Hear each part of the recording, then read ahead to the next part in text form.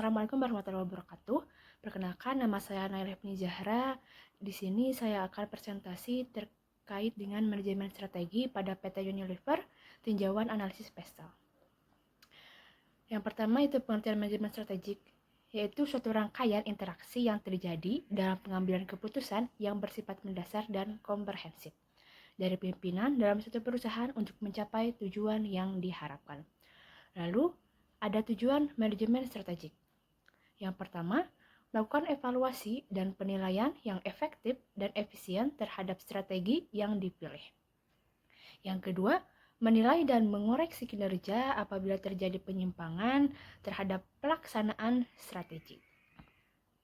Lalu yang ketiga, adanya fleksibilitas untuk memperbaharui strategi yang sudah dirumuskan agar sesuai dengan perkembangan lingkungan eksternal.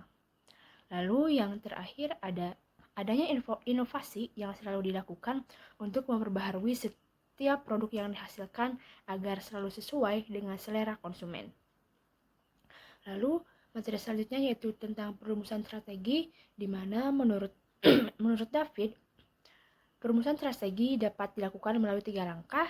Yang pertama ada formulasi strategi, di mana tahap ini merupakan perusahaan merumuskan rencana jangka panjang berdasarkan analisis internal dan eksternal.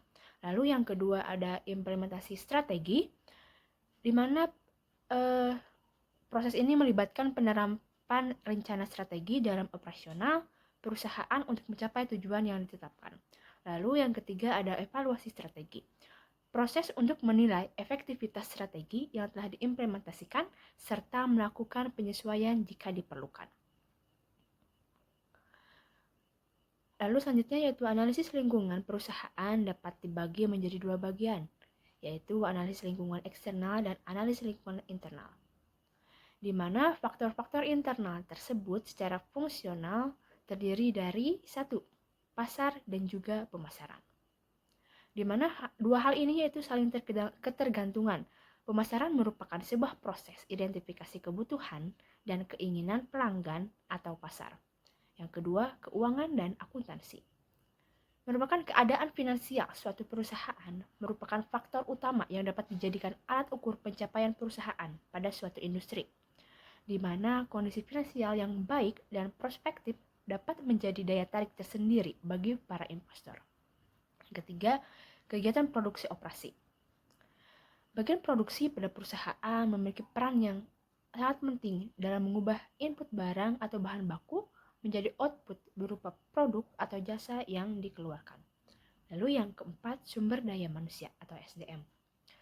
SDM memegang peran penting dalam kinerja dan pelaksanaan strategi perusahaan. SDM juga dipandang sebagai salah satu aset berharga yang harus diperhatikan di suatu perusahaan. Semakin baik SDM, semakin kualitas perusahaan meningkat juga dan berpengaruh besar atau positif terhadap kinerja perusahaan. Lalu yang kelima ada sumber daya informasi. Sumber daya informasi yang baik dan mudah diakses dapat mempercayai decision making perusahaan dalam menerapkan sebuah kebijakan. Lalu dalam presentasi kali ini analisis lingkungan eksternal yang akan dibahas yaitu melalui analisis industri dengan menggunakan metode analisis PESTEL atau politik, ekonomi, sosial, teknologi, legal atau hukum, dan juga lingkungan atau environment. Lalu yang pertama ada politik. Pemerintah merupakan pembuat aturan, pekerja, dan sekaligus pelanggan utama dari sebuah organisasi. Adanya kebijakan baru dalam berbagai hal dapat mempengaruhi suatu perusahaan, misalnya undang-undang, contoh ketenaga kerjaan, regulasi lingkungan, regulasi perpajakan khususnya, dan juga tingkat korupsi yang dilakukan oleh para pejabat pemerintah. Lalu yang kedua ada ekonomi. Faktor ekonomi sebagian besar juga dipengaruhi oleh kebijakan pemerintah dan kondisi perekonomian, di mana permasalahan ini muncul berkaitan dengan tingkat inflasi, tingkat suku bunga, perpajakan, dan juga lainnya. Lalu yang ketiga ada sosial atau sosiokultural. Berbagai peluang dan ancaman dan ancaman yang dihasilkan dari perubahan sosial, budaya, demografi, dan berbagai variabel lingkungan merupakan salah satu faktor adanya terjadinya faktor sosial kultural. Lalu yang keempat ada teknologi yang tepat akan berdampak positif bagi suatu perusahaan atau organisasi. Keberadaan internet khususnya dapat mengubah siklus produk, mempercepat distribusi, dan juga menciptakan produk dan jasa baru. Lalu, yang kelima ada legal atau hukum. Faktor ini mungkin memiliki beberapa tumpang tindih dengan faktor politik.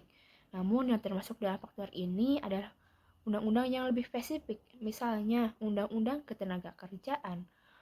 Lalu ada perlindungan konsumen, hak cipta ataupun hak paten, dan juga undang-undangan yang berhubungan dengan kesehatan dan juga keselamatan kerja.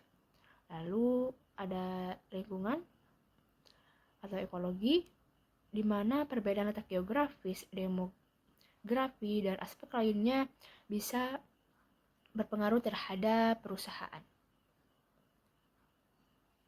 Dan perusahaan yang akan saya bahas dalam presentasi ini yaitu Unilever. Unilever merupakan perusahaan multinasional terkemuka yang telah beroperasi selama beberapa dekade dalam industri barang konsumen, di mana Unilever menawarkan produk berkualitas tinggi di lebih dari 190 negara termasuk Indonesia.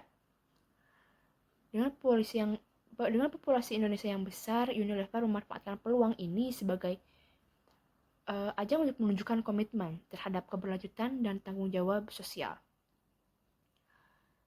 Kita akan membahas analisis PESTEL pada perusahaan Unilever, di mana pendekatan PESTEL relevan untuk menganalisis bagaimana Unilever menghadapi tantangan eksternal seperti regulasi, isu lingkungan, dan ekspektasi masyarakat terhadap perusahaan. Strategi bisnis berkelanjutan Unilever tidak hanya mendukung pertumbuhan perusahaan, tetapi juga berkontribusi pada pembangunan berkelanjutan khususnya di negara-negara berkembang.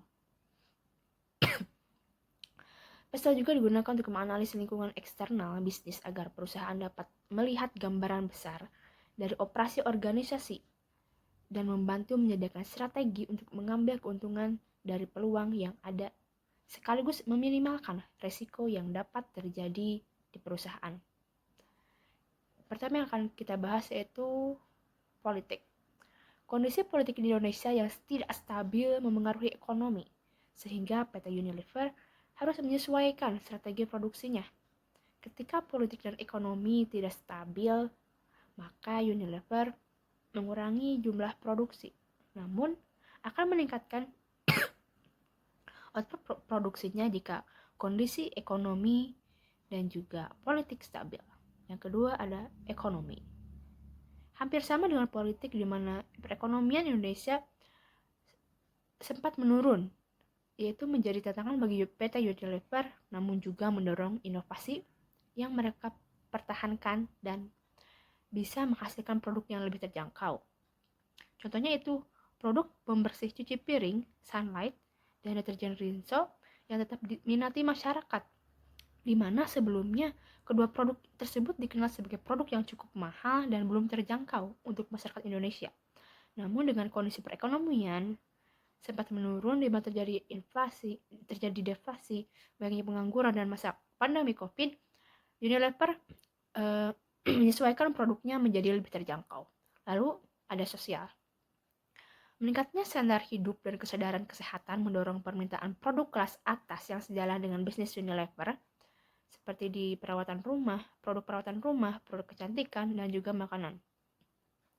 Unilever juga memperluas ini produk kelas atas atau fokus pada pembangunan berkelanjutan. Meskipun perusahaan lokal yang berkembang pesat menjadi pesaing, PT Unilever berhasil memenuhi kebutuhan beragam kalangan usia dan kelas ekonomi melalui produknya yang berkualitas dan juga terjangkau. Misalnya pada produk Pepsodent yang dapat dinikmati kalangan kelas ekonomi, meskipun ada terbagi menjadi beberapa produk di mana Pepsodent reguler dan juga Pepsodent untuk perawatan khusus yang biasanya lebih mahal. Lalu ada teknologi. Unilever mendorong transformasi digital dan juga inovasi menggunakan kecerdasan buatan untuk memilih talent yang tepat. Penggunaan platform media digital mengintegrasikan pengguna dan juga pemasok, di mana hal ini mengurangi intervensi manual dan meningkatkan akurasi data. Teknologi juga memberikan pengaruh positif terhadap produksi dan juga mutu produk Unilever yang pada gilirannya mempengaruhi pengelolaan organisasi.